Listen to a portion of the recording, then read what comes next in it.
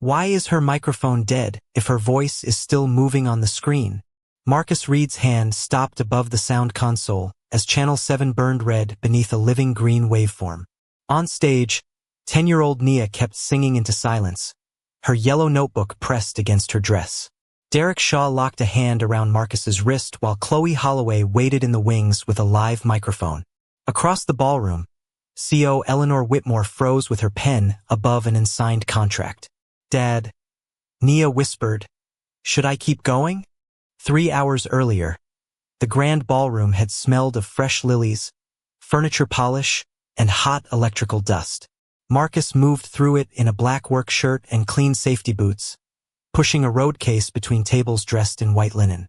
Above him, technicians focused lights on the gold slogan stretched behind the stage. "Every child deserves to be heard." He read it once, then checked the cable beneath his palm. Words were easy. Connections had to carry weight. Nia sat at the edge of the empty stage with her feet swinging 6 inches above the floor. She wore a navy dress Grace had chosen years ago in a larger size, saying their daughter would grow into it. Now it fit. The thought caught Marcus beneath the ribs, but he tightened a loose microphone clip instead of letting the pain reach his face.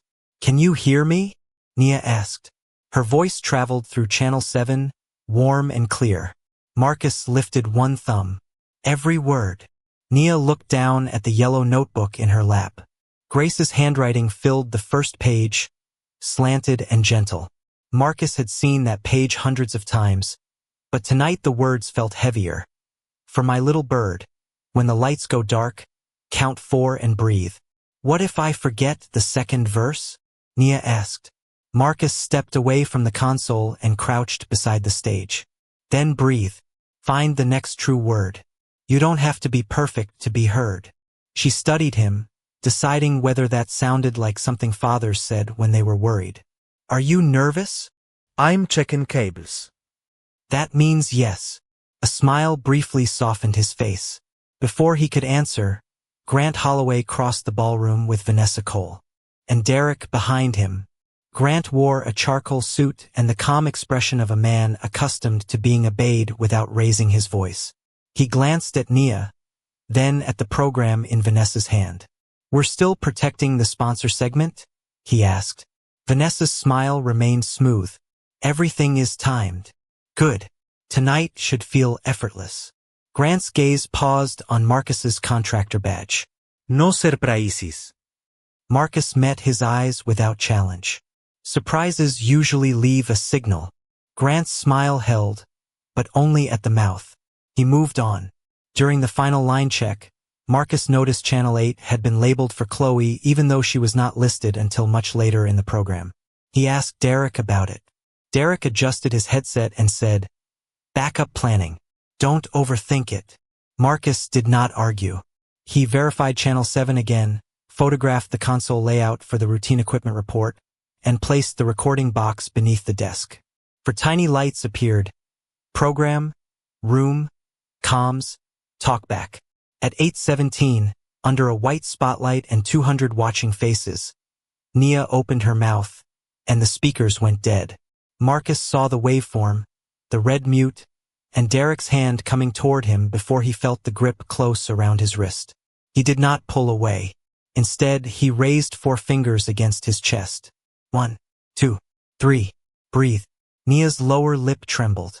Then she straightened, held Grace's yellow notebook against her heart, and began again without amplification. Her small voice barely reached the first tables, but forks slowly stopped touching plates. Conversations thinned. Eleanor's pen hovered above the contract. Vanessa hurried toward the stage with her working microphone, already smiling as though the explanation had been rehearsed. Marcus looked past Derek's shoulder and saw Grant give Chloe one quiet nod. Then, beneath the console, the tiny light marked talkback was still blinking. The talkback light kept blinking beneath the console, while Vanessa stepped into Nia's circle of light with a polished smile. "We apologize for an operator-related technical interruption. To protect tonight's schedule, we'll move forward. Please welcome Chloe Holloway." The words floated through the ballroom in Vanessa's warm professional voice, clean enough to make the injustice sound like procedure. Heads turned toward Marcus, and the white contractor badge on his black shirt suddenly felt brighter than the stage lights.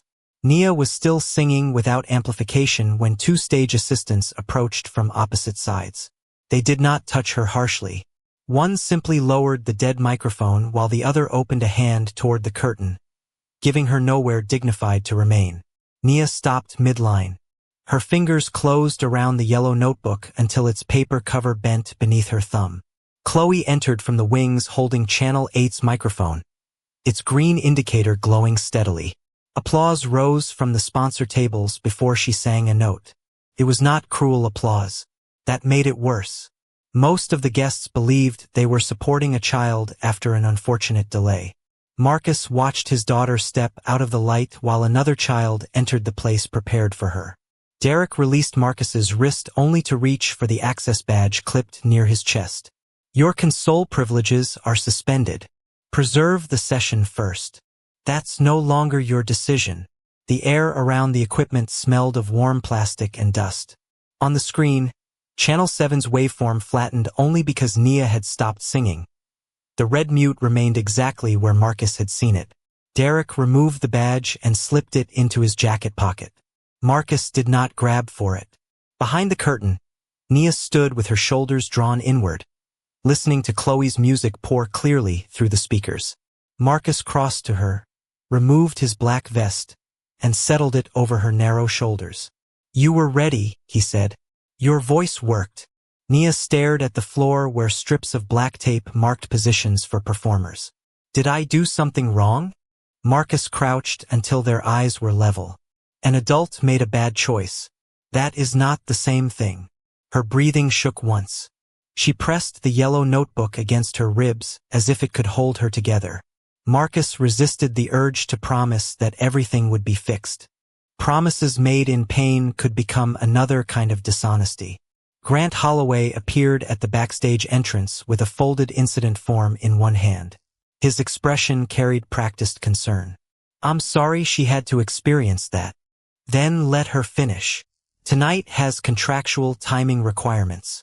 Grant extended the paper toward Marcus. Sign this, and we can keep a difficult moment from becoming more embarrassing for your daughter.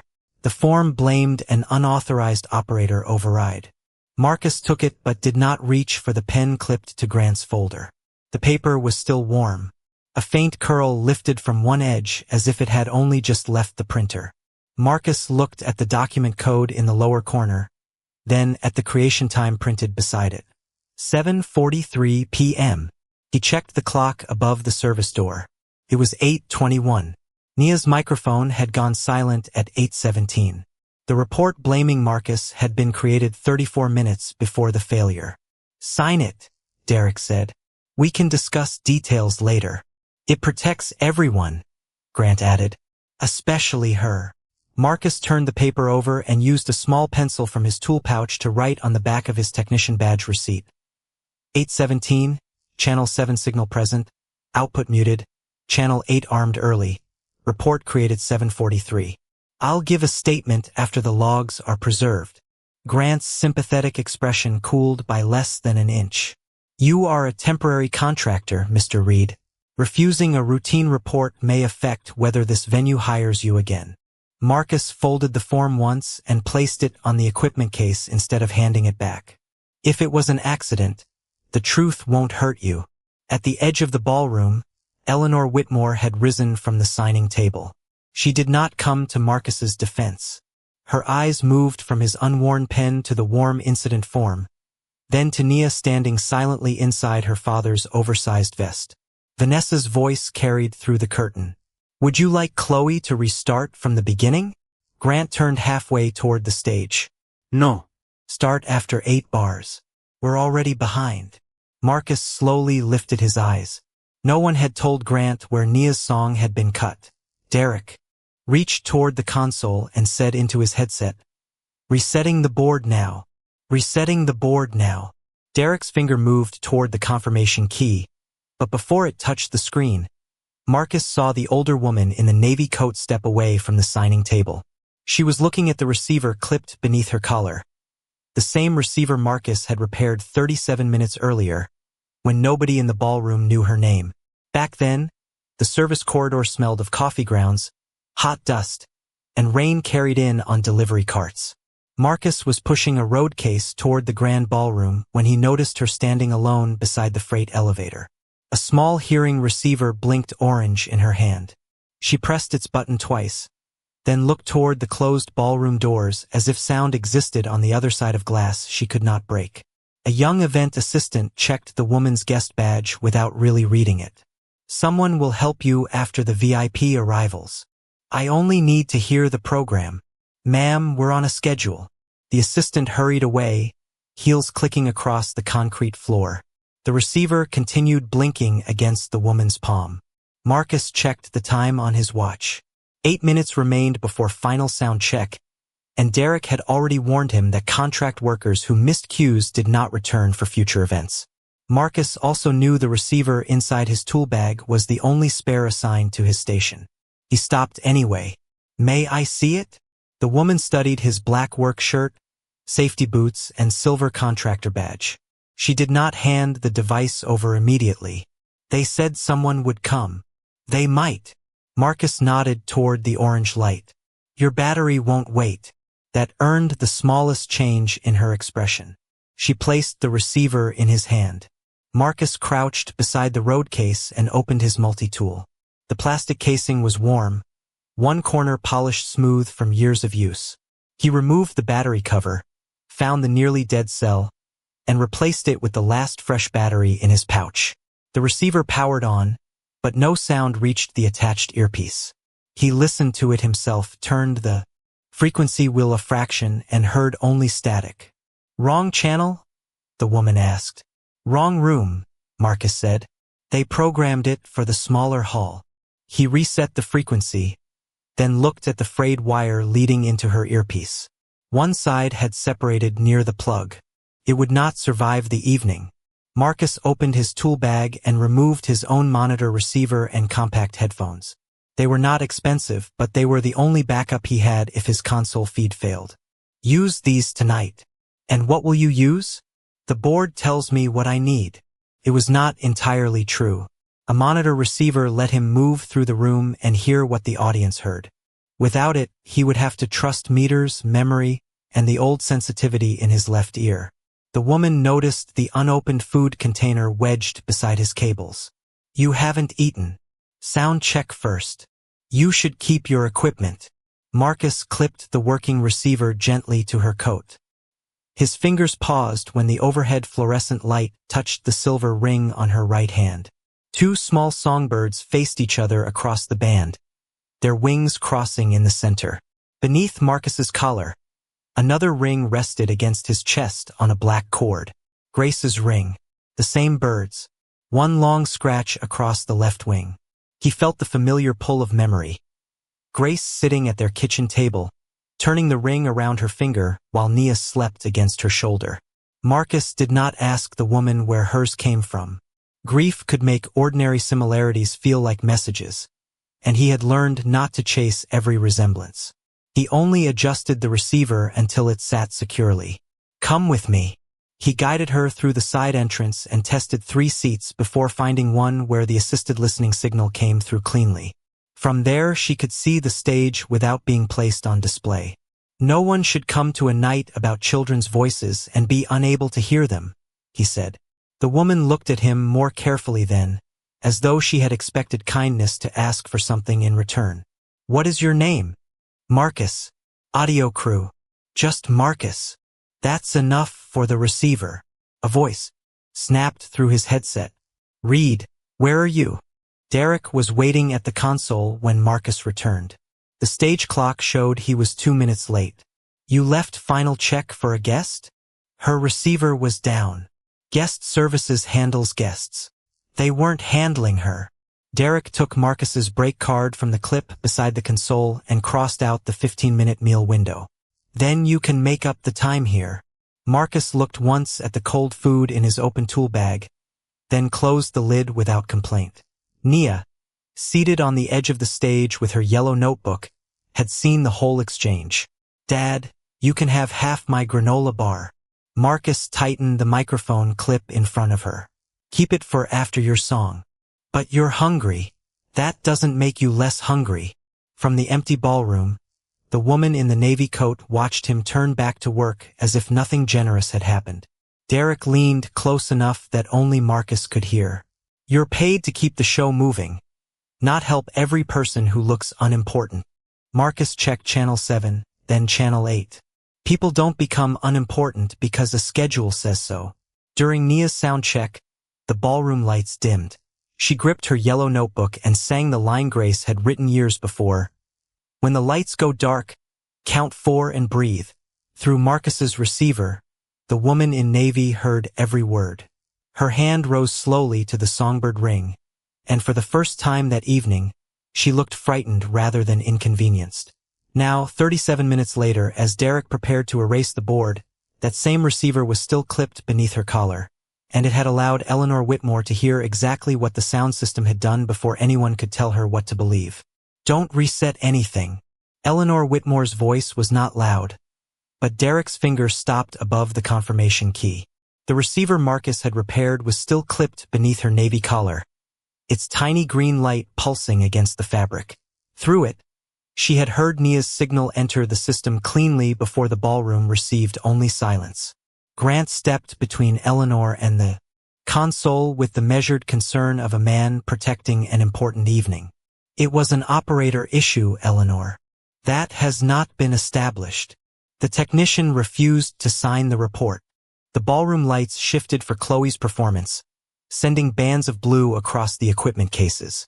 Marcus stood beside Nia in the narrow backstage corridor, his access badge gone and his vest still wrapped around her shoulders. To anyone watching from a distance, he looked like the contractor who had lost control of his board and then challenged the people paying him. Eleanor looked at him without softness. Did you touch the console after your daughter began singing? I reached for it. Did you enter a command? No. Can you prove that? Marcus glanced at Derek's hand hovering over the reset screen. Not if he erases the session. Grant exhaled as though Marcus were making a simple problem needlessly difficult. A reset is standard before the next act. We cannot freeze an entire gala because a father is upset. Nia tightened her fingers around the yellow notebook. Her eyes stayed on the floor, where a strip of white tape marked the path back to the stage. Eleanor noticed that Marcus did not answer for several seconds. He was not searching for a dramatic defense. He was studying the console, the incident report on the equipment case, and the receiver beneath her collar.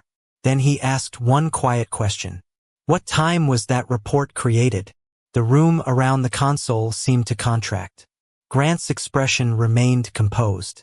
After the interruption, Marcus picked up the paper by one corner and held it beneath the task light. The creation time sat in the lower margin beside the document code. 7:43 p.m. Above the service door, the digital clock read 8:24. Nia's channel was muted at 8:17, Marcus said.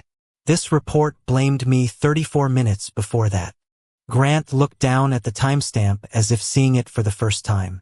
Templates are prepared in advance. That is normal event management. With the cause already filled in? Eleanor asked. Grant's eyes shifted toward Vanessa. Someone anticipated possible operator trouble. The answer sounded reasonable until Nia looked up. Dad didn't touch it, she said. Her voice was small, but every adult heard it. That man was holding his hand.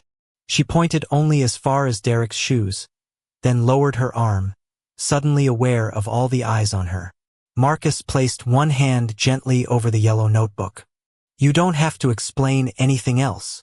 Eleanor watched him protect Nia from becoming a witness adults could pressure. She still did not know whether he was telling the whole truth, but his first instinct was not to use his daughter to win. When she stepped closer to return the receiver, Nia noticed the silver band on Eleanor's right hand. Two songbirds faced each other across the ring, their wings crossing beneath the ballroom light. Ma'am, Nia said, my dad has a ring like yours. Marcus went still. Beneath his black collar, Grace's ring rested on a cord against his chest. He drew it out slowly. The two rings shared the same birds, the same narrow band, the same tiny notch near the lower edge. Grace's had a long scratch across the left wing. Eleanor's did not. Marcus turned Grace's ring toward the task light. Inside, the letters GW were worn but visible. Eleanor's breath caught. Grant saw the change in her face and moved closer. Family jewelry often uses common designs. This has nothing to do with the technical issue. Marcus closed his fingers around Grace's ring. I didn't say it did. Nia looked from Eleanor to the notebook in her hands. My mom wrote the breathing words. Eleanor's gaze dropped to the yellow cover. For 1 second, the authority left her face, replaced by something older and more frightened. What was your mother's name? Grace, Nia said. Marcus stepped between them before Eleanor could ask more. Whatever that ring means, she doesn't need another shock tonight. He placed his phone on the equipment case, opened the photograph he had taken of the incident report, and turned the screen toward Eleanor. You don't have to believe me. Just stop them from deleting what can be checked. Eleanor looked at the timestamp again, then at Derek's hand near the reset command. My name is Eleanor Whitmore, she said. This building is mine. The unsigned contract is Mine. And until an independent review is complete, no one resets this system. Grant's smile finally tightened. You don't need a legal hold over an operator override form. Marcus lifted his eyes. He had never told Grant the form's official name. Eleanor heard it too. She did not accuse him. She simply turned to her security director. Lock the console. Copy the logs offsite. Collect the work tablets. Derek swallowed and stepped away from the controls. Minutes later, the first audit screen appeared. The mute command had not come from Marcus's position. It had been sent through a shared account labeled Event Admin, and somewhere backstage, the device that issued it was still online. The tablet that issued the mute command was still online, but its user history had been hidden behind the shared name Event Admin. Eleanor's security director placed the device inside a clear evidence sleeve while an independent building technician rolled a small monitor beside the console. Grant remained near the signing table, one hand resting lightly on the unsigned contract. We have established that a shared account was used. That proves very little. Then let the equipment prove the rest, Eleanor said. The whispers around the nearest tables thinned. A banquet chair stopped scraping across the floor, and the steady breath of the air conditioning became suddenly noticeable. Marcus stood several feet from the console with his hands visible. His access badge was still in Derek's pocket. Eleanor looked at him. Explain the simplest test. Marcus nodded toward Channel 7. Take it out of the main output path. Send the microphone directly to an independent speaker. No saved settings. No remote control. Grant gave a patient smile. Mr. Reed has already handled this system all evening. Anything he demonstrates will be questioned. I agree, Marcus said. Grant's smile shifted. Marcus looked at the building technician.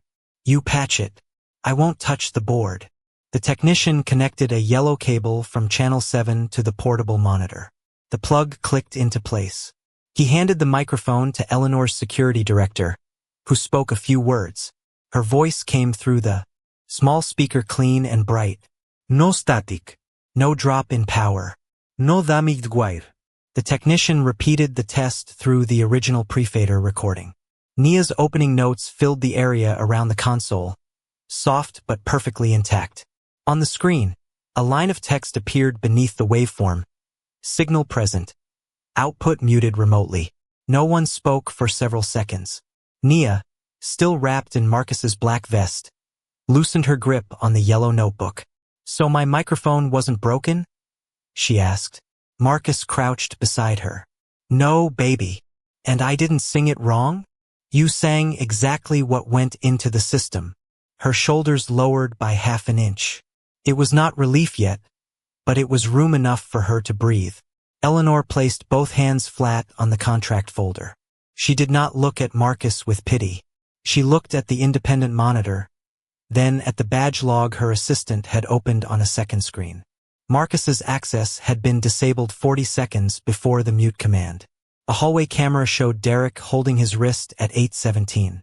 The angle did not reveal who touched the tablet, but it proved Marcus could not have reached the console when Nia's voice disappeared. "This clears Mr. Reed of the operator override," Eleanor said. Grant's tone remained calm. "It clears him of pressing one button at one moment. Anyone with the code could have sent a remote command." The building technician looked up.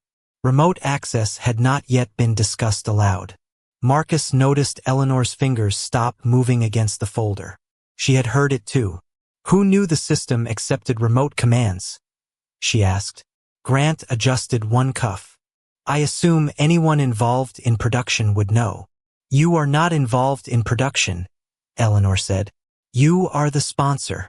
Grant's expression did not break. "A responsible sponsor understands the program he funds."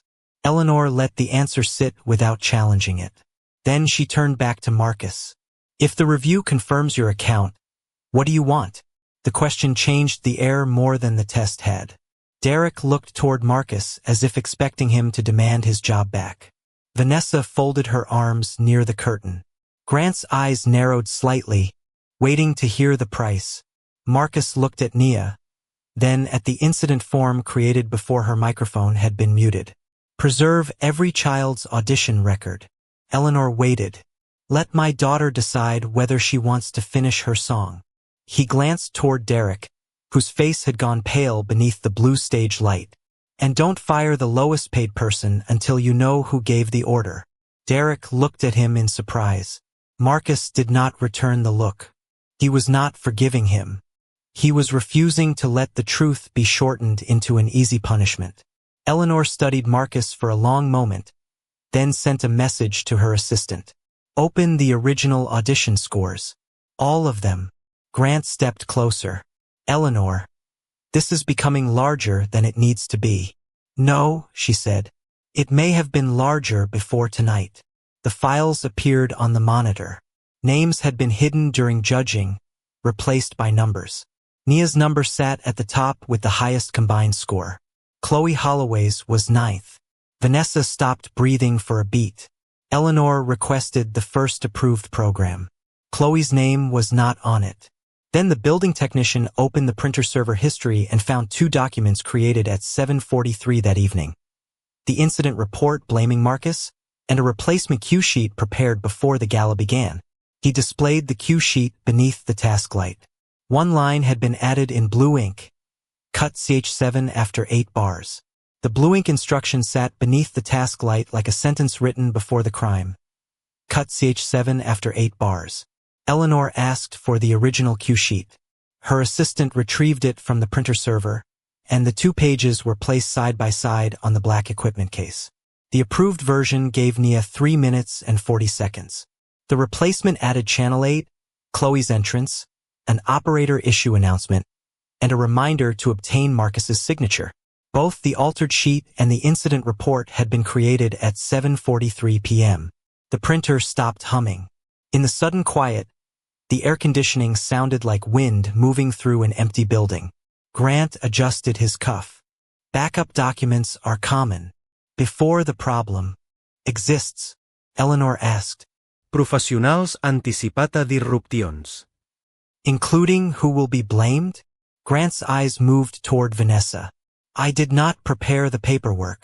Vanessa folded her hands tightly around her tablet. Derek stared at the floor. Marcus said nothing. He was looking at the handwritten note, not because it was dramatic, but because the same blue ink appeared beside Chloe's name and across Grant's contract notes.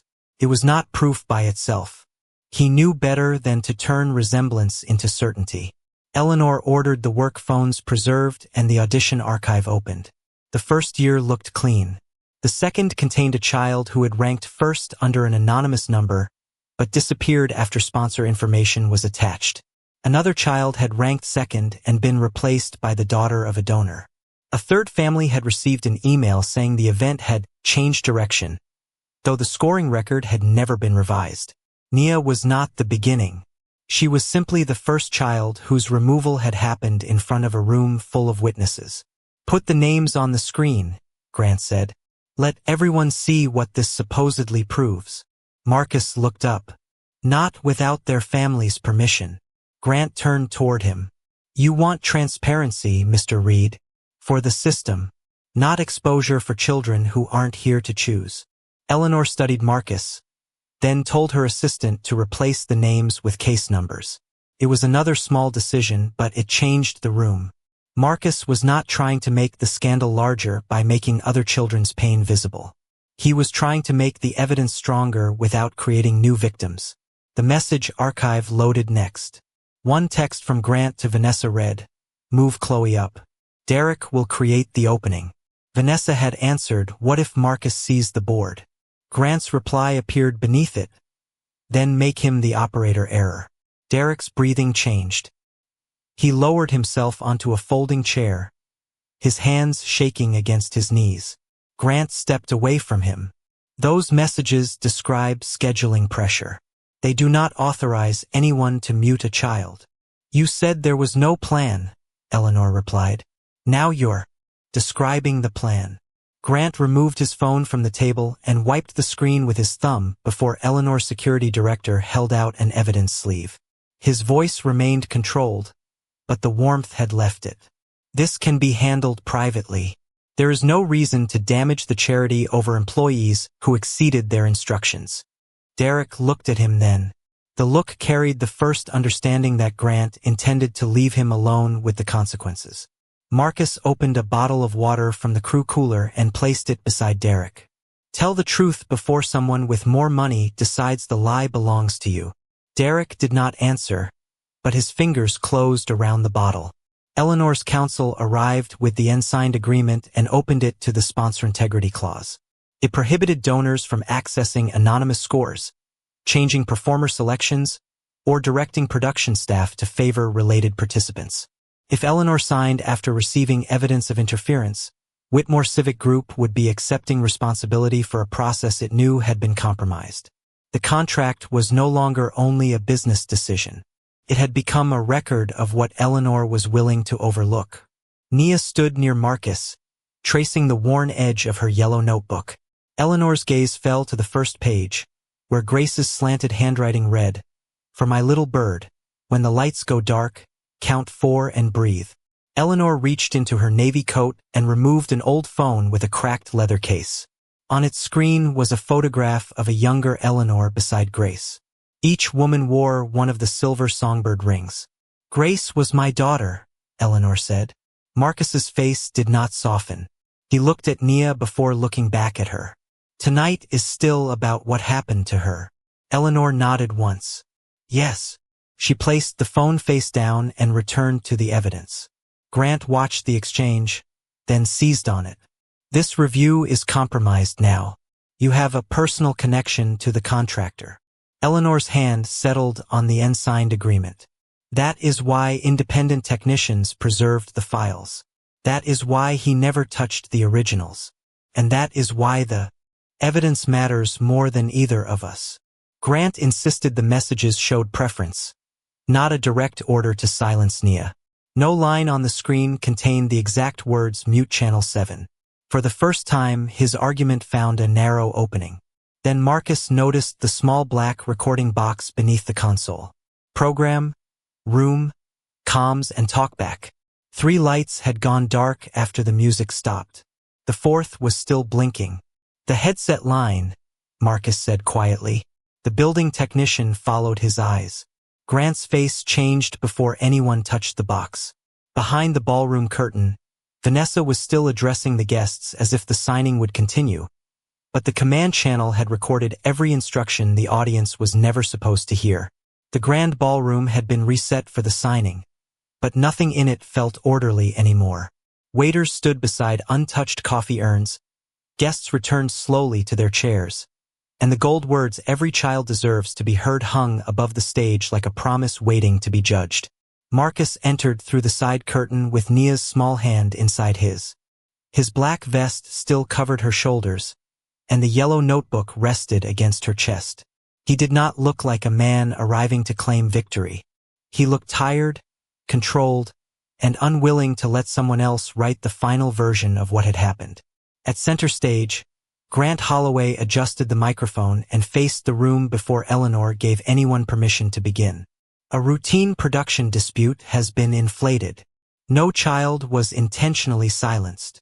This charity should not be held hostage by one contractor's accusations. His voice was steady enough to calm several tables.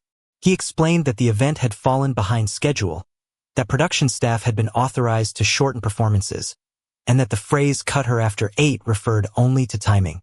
Vanessa stood a few feet behind him with her hands folded. Derek remained near the equipment rail, pale beneath the stage lights. For a moment, Grant's explanation seemed possible. Programs changed. Performances ran long. Technical teams used blunt language inside headsets. A low murmur passed through the guests as people found the least uncomfortable story to believe. Grant opened both hands. Mr. Reed is understandably emotional. His daughter was disappointed. But disappointment is not evidence of corporate misconduct. Marcus did not answer immediately. He guided Nia behind Eleanor's security director, where she could see him without standing before the crowd. Nia handed him the yellow notebook only because she wanted both hands free to hold the edges of his vest. Marcus placed the notebook on the signing table beside the unsigned contract. "This is not about embarrassment," he said. "It is about whether the truth gets buried because the person harmed has less power." Eleanor remained beside the contract, one hand resting near her pen. She had not announced her relationship to Grace, and her face gave no sign of what she intended to do. "Show the sequence," she told the building technician. The ballroom screen lit behind Grant. First came Channel 7. Nia's green waveform moving while the output glowed red beneath the word muted. Next came the timestamp showing Channel 8 armed 29 seconds before Nia lost amplification. Then the incident report appeared, created at 7:43 p.m., 34 minutes before the event it claimed to explain. Grant turned toward the screen. Advanced preparation is not guilt. Large events prepare contingency forms. The next image showed the altered cue sheet. Cut ch7 after 8 bars. Grant's answer came quickly. "Exactly. Time adjustment. We were protecting the schedule." The event clock was placed beside the production timeline. The gala had been running 3 minutes early when Nia walked onto the stage. The ballroom quieted again. Grant's jaw tightened, but his voice remained smooth. "Then production misunderstood an instruction. That is an internal staffing failure, not a decision by my company." It was the narrowest opening left to him, and for several seconds it held. The messages proved pressure. The cue sheet proved preparation. The audit log proved someone used event admin. None of them, alone, captured Grant's voice ordering Derek to mute the channel. Eleanor looked toward Marcus. He did not approach the console. "The last file should be handled by someone who cannot benefit from it," he said. The building technician removed the recording box from beneath the desk, photographed its seals, and connected a clean drive. On the large screen, 4 tracks appeared: program, room, comms, talkback.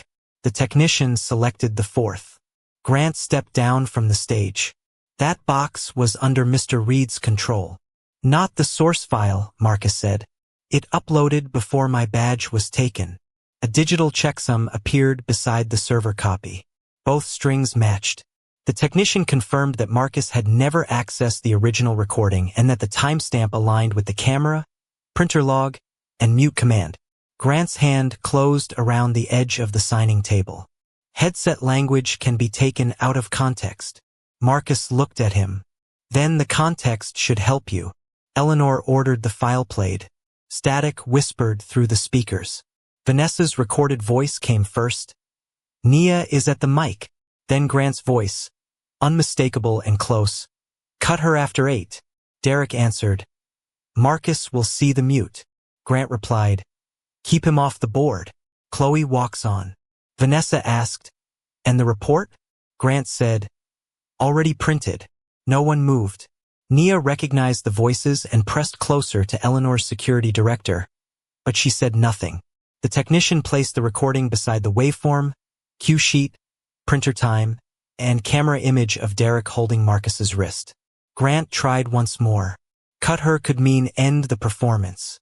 It does not mean silence her. Eleanor looked at the timeline. Then why was the report blaming Marcus printed before the performance began? Grant opened his mouth, but no answer came. Eleanor picked up the pen from the contract table. Grant watched the point descend toward the signature line, and the entire ballroom leaned into the silence, waiting to see whether she would sign her name, or draw a line through everything he thought his money could protect. Eleanor lowered the pen to the signature line, and drew one black stroke straight through it. The sound of the nib dragging across paper was thin, almost delicate, yet it seemed to travel farther than Nia's microphone had. Eleanor closed the contract, turned it toward Grant, and pushed it across the polished table. "Your company did not suffer a technical failure," she said. "It planned a moral one." Grant stared at the line cutting through the place where Eleanor's name should have been. "Eleanor, think carefully. I have. You are canceling a major partnership over one production decision." Eleanor looked at the screen behind him, where Nia's living waveform remained beside the red word muted. "There will be no deal." The ballroom went silent. A pen rolled from the table, struck the wooden floor, and spun once beneath the stage lights. Somewhere near the back wall, an air vent clicked off. "No glasis touched Platz." No chairs moved. Even the projector seemed louder as it displayed the sequence Grant could no longer separate into harmless pieces. Nia ranked first in anonymous judging, Chloe ranked ninth. The incident report printed at 7:43, Channel 8 armed before the failure, Derek holding Marcus's wrist, and Grant's own voice ordering, "Cut her after 8. Grant's hand remained on the contract folder, but his fingers had begun to tremble. That recording can still be misunderstood.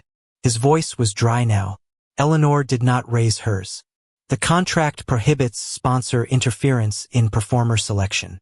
Your messages, production documents, access logs, and recorded instructions establish that interference." She turned toward her legal counsel. "Notify the board that Holloway Youth Media is removed from consideration. Preserve every device and file. Begin an independent review of all previous selection cycles." Vanessa lowered her microphone. Derek sat motionless beside the equipment rail, the unopened water bottle still between his hands. Eleanor faced the audience. Marcus Reed did not cause tonight's interruption. He preserved the scene, requested independent testing, and refused to let an employee with less power carry the full blame before the evidence was complete.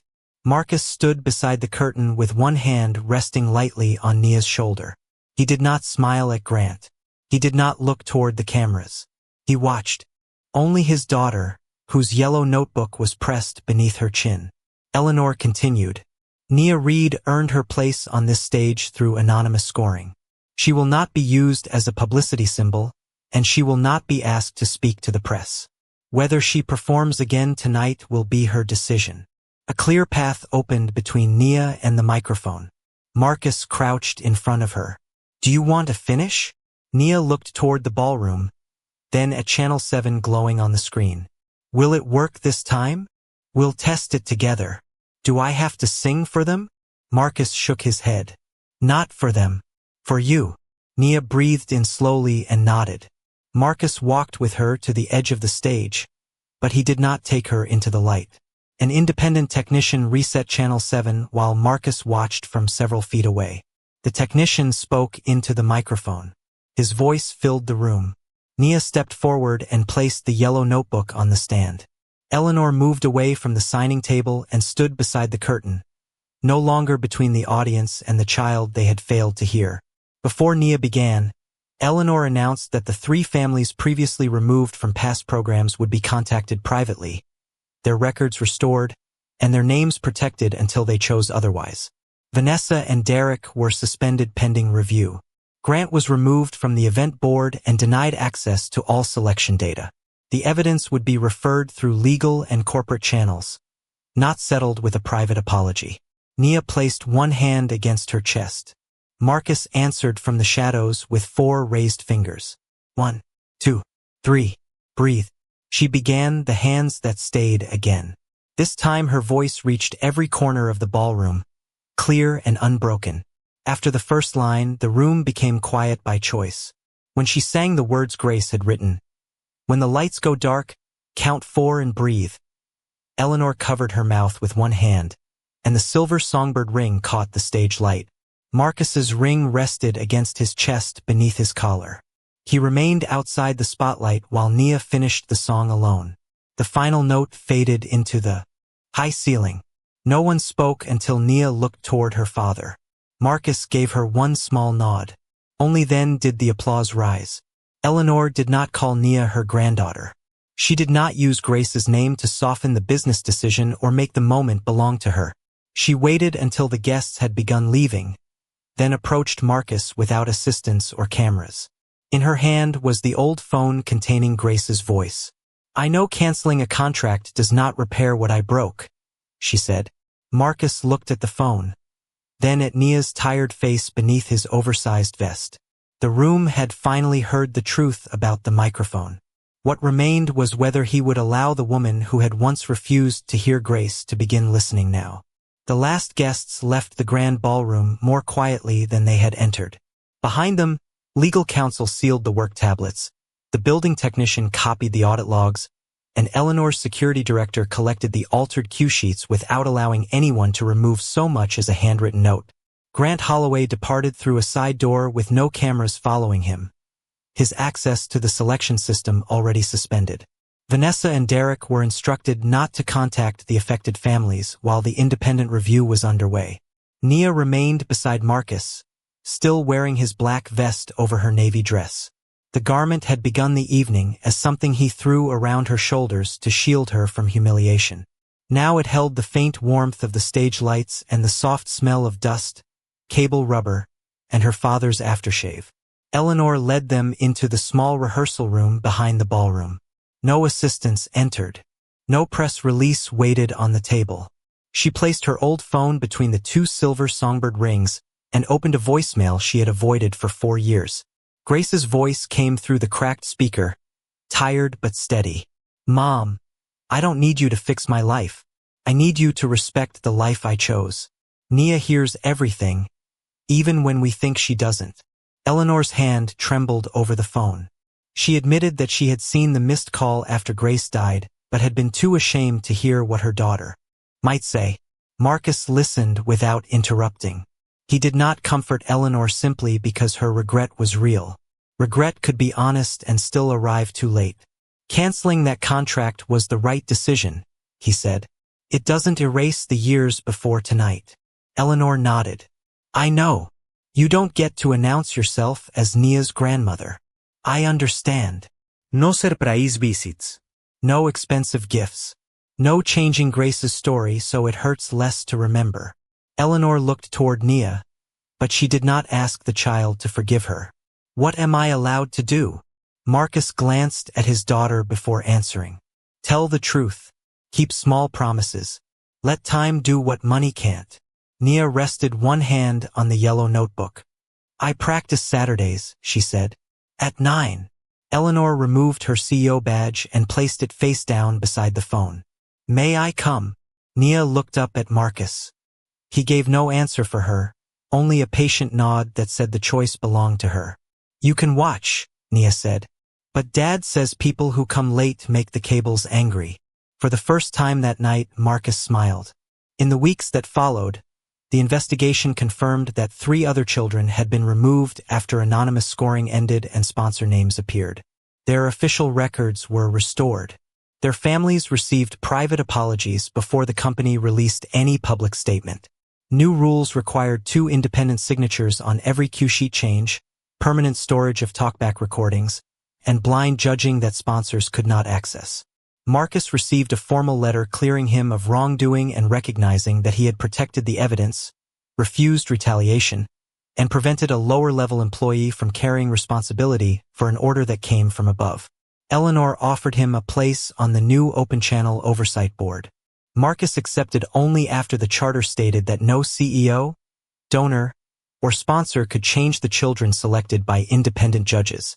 Saturday morning, Eleanor arrived 10 minutes early. She brought no gift and no photographer. Marcus handed her a coiled audio cable.